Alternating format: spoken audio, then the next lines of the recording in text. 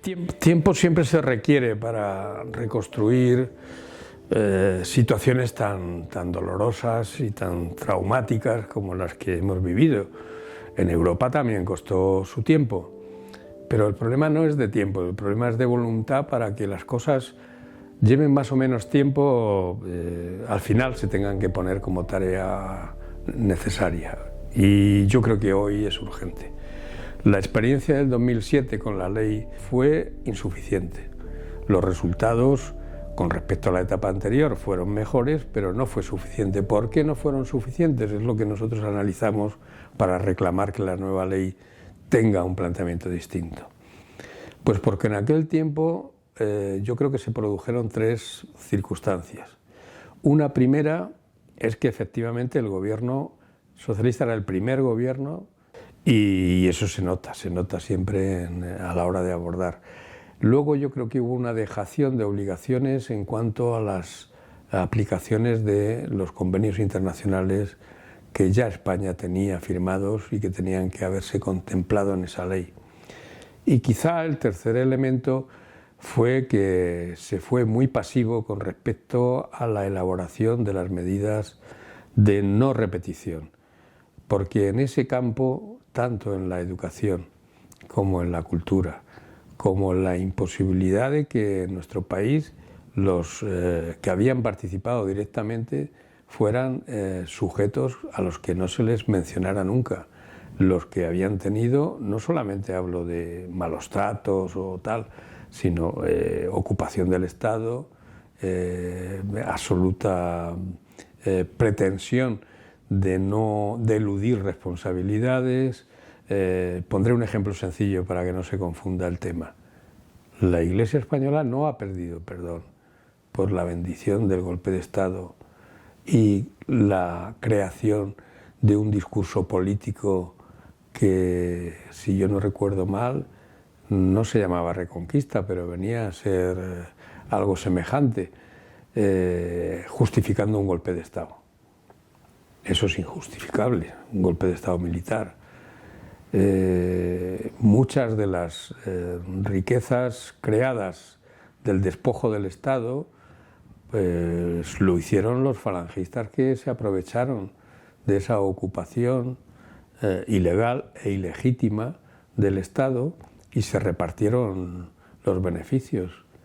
Por poner un dato sencillo, los maestros que fueron expulsados, no digo ya los que fueron fusilados, de la carrera y que venían trabajando en el sistema educativo, fueron sustituidos por alféreces provisionales y participantes militares sin titulación en las escuelas.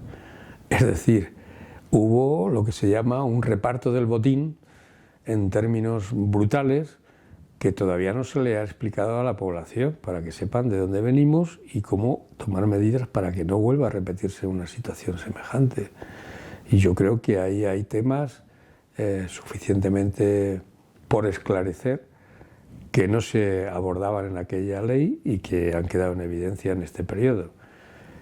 Y en el proyecto nuevo que se está elaborando y que yo creo que veremos en esta legislatura, pues yo creo que se deben recoger esas experiencias. Una apuesta decidida por la verdad, para que se conozca lo sucedido, no solamente a nivel individual, derecho que tienen todos los familiares de las víctimas y las propias víctimas a saber lo ocurrido, sino también todos los pueblos, porque es patrimonio del pueblo conocer lo sucedido, porque es la única manera, además, de que ese patrimonio sirva como vacuna para evitar que vuelva a repetirse. Y es una obligación del Estado dar a conocer lo sucedido y tomar las medidas pertinentes. En educación, la nueva ley de educación recoge, y hay una referencia por primera vez en nuestra legislación, al tema de la memoria democrática. Esperemos que efectivamente esto sirva para enmarcar la memoria y los valores con los que deben formarse las nuevas generaciones, pero también en el conjunto de las administraciones, porque es una obligación y un mandato de nuestra Constitución y porque es la única manera de hacer coherente lo que explicamos en el marco constitucional, lo que debe hacer la administración como garante de ese marco y lo que los ciudadanos tenemos que exigir que se realice para que se lleve a cabo y podamos tener una sociedad plena de vida democrática. Por lo tanto, claro que nos quedan muchas cosas por hacer. Y en cuanto a la justicia, yo diría que sobre todo recomendar la aplicación de los convenios internacionales de la justicia transicional, que España los tiene firmados y que se deben aplicar porque son coherentes con el ordenamiento constitucional y porque deben actualizarse las formaciones, interpretaciones y valoraciones que se hacen en la judicatura española. No estamos aislados, estamos en una unión política.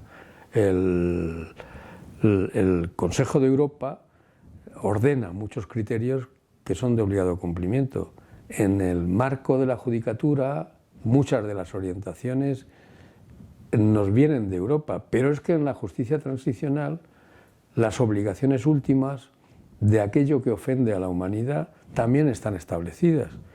Es nuestro desarrollo, no hay que buscar otro tipo de elementos, es nuestra ausencia de desarrollo, de aplicación de esas orientaciones las que siguen ocasionando un perjuicio y una vergüenza para las víctimas y para la sociedad completa. No es de recibo que alguien ponga en duda que nuestra sociedad tiene un compromiso con las libertades, pero sí es inexplicable que haya unas víctimas de segunda y otras de primera. Hay unas víctimas que tienen todo el derecho a ser reconocidas y lo están, y son las víctimas del terrorismo, y hay unas víctimas de una feroz dictadura que duró más tiempo del tiempo que ha durado el terrorismo en nuestro país, que fue más brutal, más selectiva y más ofensora de los derechos de dignidad de las personas, que fue la dictadura franquista, y todavía hoy no está condenada en los tribunales como tal.